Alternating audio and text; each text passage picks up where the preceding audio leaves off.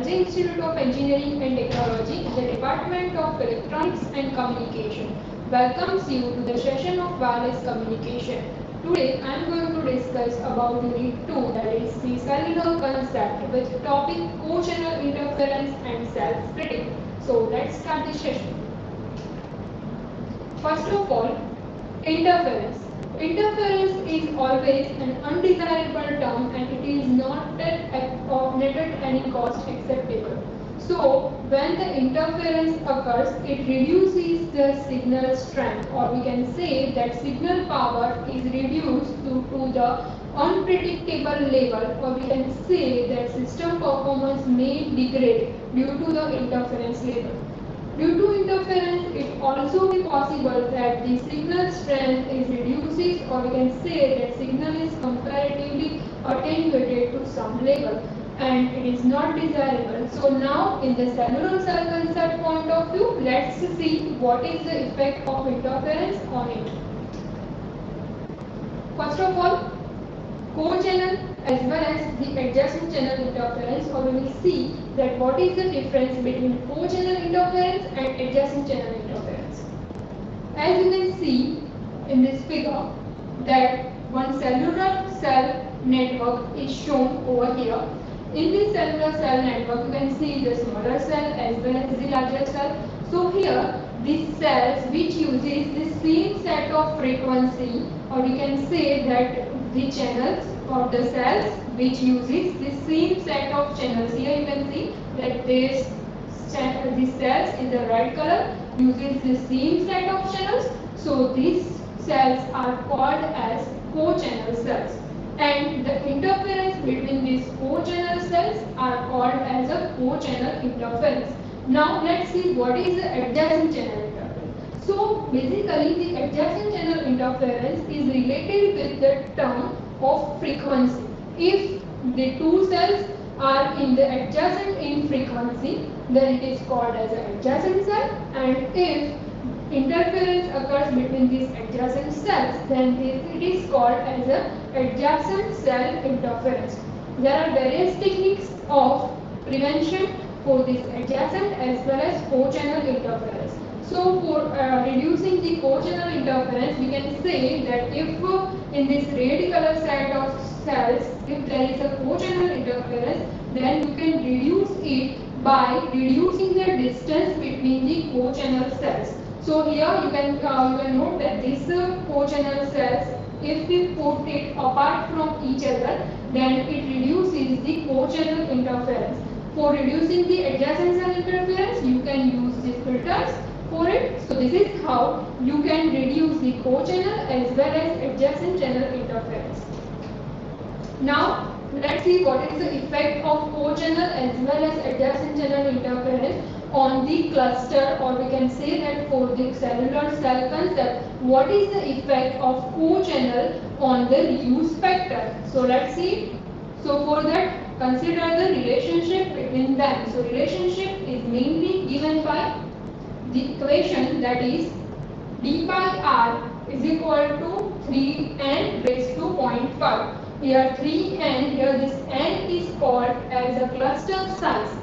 You can define the cluster size n with non-negative integers I as well as j that we already discussed in the previous lecture, that it is given by the I square plus ij plus j square. So based on this, let's see one table related to it. This is one table with different cluster size as well as for co-channel reuse factor or co-channel reuse ratio. Now this co-channel reuse ratio is nothing but the d by r. So we take the different cases, different 4 cases for the different values of I as well as for j. So you can note that for this first row, if I equal to 1 and j equal to 1, then the cluster size will become equal to 3. This can be calculated using the equation I square plus ij plus j square.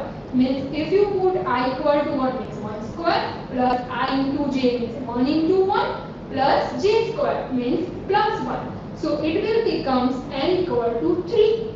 So this is how you can calculate the cluster size, and based on that cluster size, if you put this in the equation d by r equal to under root 3n, then you can get this value of co-channel reuse ratio, that is 3. Similarly, you can do this for the various cases, for I equal to 1, j equal to 2, for I equal to 2 and j equal to 2, and for I equal to 1 and j equal to 3. So for this all cases, you get the value of cluster size as well as for co-channel reuse ratio. So this is how you can relate with the signal to interference ratio. So now, based on this, what will be the conclusion? Based on this table, so we can conclude that from this table you can see that as the cluster size increases, means for the 3 value, for the 7 value, for the 12 value and for the 13 value, you can note that as the value of cluster size increases, the co-channel reuse ratio also increases. Means if you want to get the better signal to interference ratio, you should have the more value of cluster size for that particular cellular network, and that's a fact. So let's see one another ratio for this, that is signal to interference ratio equation. Now for signal to interference ratio, general consideration is given by S by I. S by I is given by the signal power divided by the total interference due to the co-channel cells. Now due to the co-channel cells, you can get the value of signal to interference ratio. So mainly, if signal power is denoted by the value S, then the interference can be given in this denominator value, that is interference due to co-channel cells. Now this interference is due to the multiple number of co-channel cells. There is a possibility that there is a one co-channel cell only, there is a two co-channel cell, or that may be the n number of co-channel cells. So this denominator term, interference due to co-channel cells, is actually the sigma of I, where I is varies from I0 to n number, means it depends on the number of co-channel cells. So if the number of co-channel cells is affected, then signal to interference ratio is again affected. Now, what will be the another case for this? So you can note that the relationship between SIR and co-channel reuse factor also depend on the distance to frequency reuse ratio, that is given by this. Here you can note that S by I is equal to R raised to minus n upon D raised to minus n. So here n is nothing but the path loss exponent. It depends on the value of environmental condition. So again, if we put the value of d by r over here, so d by r is nothing but the under root 3n. So it is under root 3n raised to n. Means under root 3n raised to n, where n is the cluster size and small n is the path loss exponent. So again we can say that signal to interference ratio depends on the interfering cell as well as for the cluster size. Now, have you ever wondered that what will happen if the wireless communication service area is increases, or we can say that if we require the more number of wireless services in a particular area? So in that case, what will occur? That if the signal power increases, then we can get the better performance. But if the signal power is not up to the mark, then what will happen is our interfering level will increases, and that will affect the system performance, and more number of interfering cells are there, and because of that you can say that the system degradation will occur, or you can say that it depends on the interfering cell, or we can say that it depends on the filtering technique used for it. So there is much confusion related to the wireless services area. If it increases, then what will happen? So to improve the regular service is necessary. Now the question is how one can improve that service. So for that you need the improvement techniques for the capacity increase for the cellular cell concept. So various improvement techniques are this. Here you can see that in the cellular cell concept the various improving techniques are: first is cell splitting technique, second is cell sectoring, and third is microcell zone concept. Now, what will happen in the cell splitting case, sectoring case, and microcell zone concept, that we will see later on in the detail one by one. First of all, let's see the common terms that are associated with the capacity of cellular cell concept, or we can say that for the intensity of cellular cell concept is necessary. So let's see the terms. Now, the terms related to increasing the overall capacity of cellular network. So for that, role of trunking and GOS is necessary. Now in this, the term grade of service. Grade of service is mainly related with the blocking capability or delaying capability of traffic intensity. So for this means to discuss about the trunking as well as for grade of service, you have to understand the three major important terms that are traffic intensity. The first term is the traffic intensity. Now, if you want to denote the traffic intensity, then it can be denoted by the capital A and subscript U. It is user traffic intensity. Now, if you want to define the term traffic intensity, then it is mainly given by the multiplication of the average time for call duration into the holding time for that particular call. So this gives us nothing but traffic intensity. Next term is Erlang B. For Erlang B, you can say that Erlang is basically the unit for measuring the traffic intensity.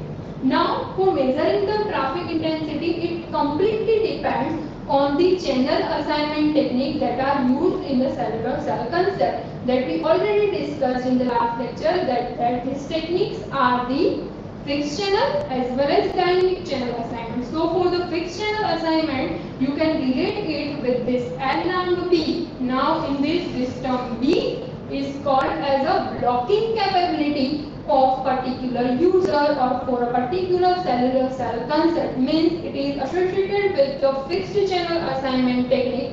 Means it decides the blocking capability of the cellular user. So this is Erlang B, and the third one is Erlang C. In the Erlang C, you can say that Erlang C is basically depend on the delaying capability of user. It's called delaying capability, or you can say that it is related with the delaying probability. Means basically Erlang B is traffic intensity when the call is in a queue. So these major terms are associated with the capacity or decides the capacity of the user, and we use this all the term for increasing the cellular cell capacity. So let's see.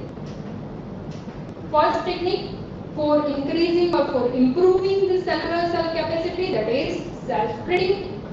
Cell splitting, the basic definition of cell splitting is the process of subdividing the smaller number of cells. Now let's see or let's understand it with this figure. In this figure, you can see that whole cellular network is divided into the number of cells. Now in this figure you can see that there are larger number of cells also, and there are also some smaller number of cells. Now these number of cells are divided into the category of macrocell, microcell and picocell, but mainly we deal with the macro and microcell in this cell splitting technique. So the larger cells are macrocell and the smaller cells are called as a microcell. So based on this, let's see it with some equations terms. So for this, consider the original cell. Now you have to understand that this original cell is nothing but our larger cell.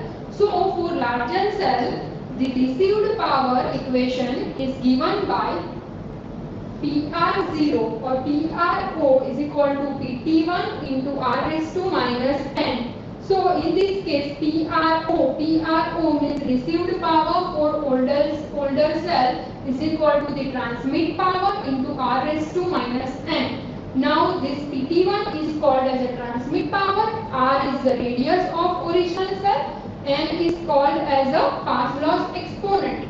Now for the original value cell, this equation is acceptable, and for the newer cell, now for the newer cell means radius is divided to the half of the value, means for the newer cell it is denoted by the equation PRN. So PRN is equal to PT2 into R by 2 raised to minus n, means it depends on the transmit power, radius divided by 2 raised to minus n, means it depends on the transmit power, and here please note that radius is divided to the factor half, means it is for the newer cell or for the smaller value cell.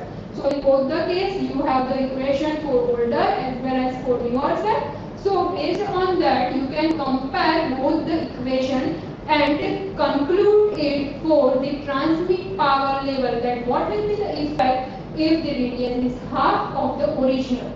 So in both the case n is mass loss exponent. Now let's take one case study for n equal to 4.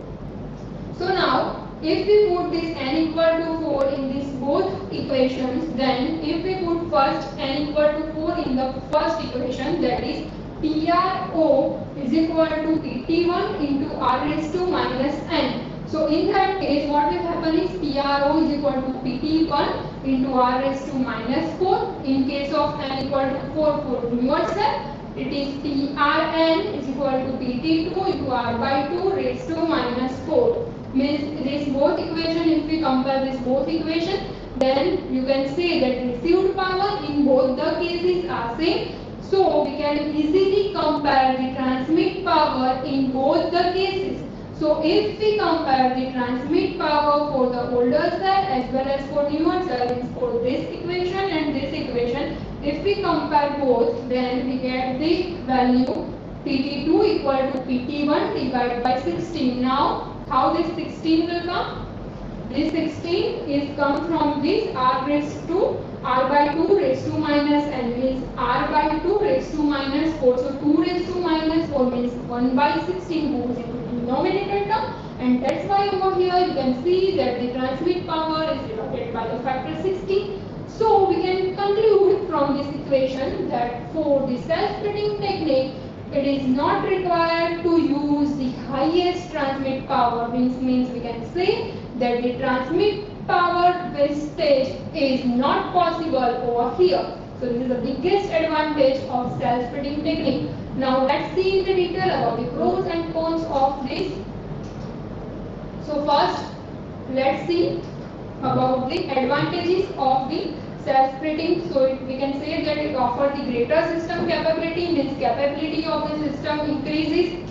Then reuse of cell is possible because we can say that the larger cell is divided into the smaller number of cells. So we can say that we can easily reuse the number of cells for this particular network. Obviously transmitted power is reduced, that we already see in the case study, that transmit power is divided by the factor 16 in this case. Now these are the advantages of cell splitting. There are also some limitations of this, that are first, more number of towers are required. Why this more number of towers are required? Because if you note that the cells are divided into the smaller number of cells. So what will happen is we require individual tower for the individual cell, and when this case is acceptable, then we can say that for each individual cell we require one tower. So if the number of cells are divided and increasing, then we can say that this requirement is necessary. So it becomes the limitation of the cell splitting.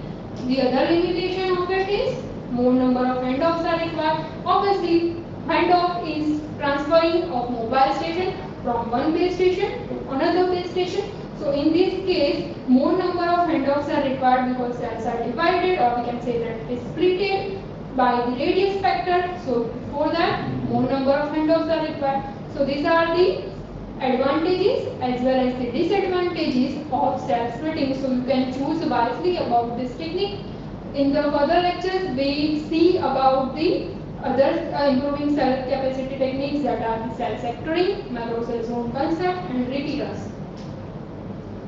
Now up to this, if you have any doubts or queries, you can ask me. on my email ID zalak.panchal_ljit@ljinstitutes.edu.in. Thank you for watching.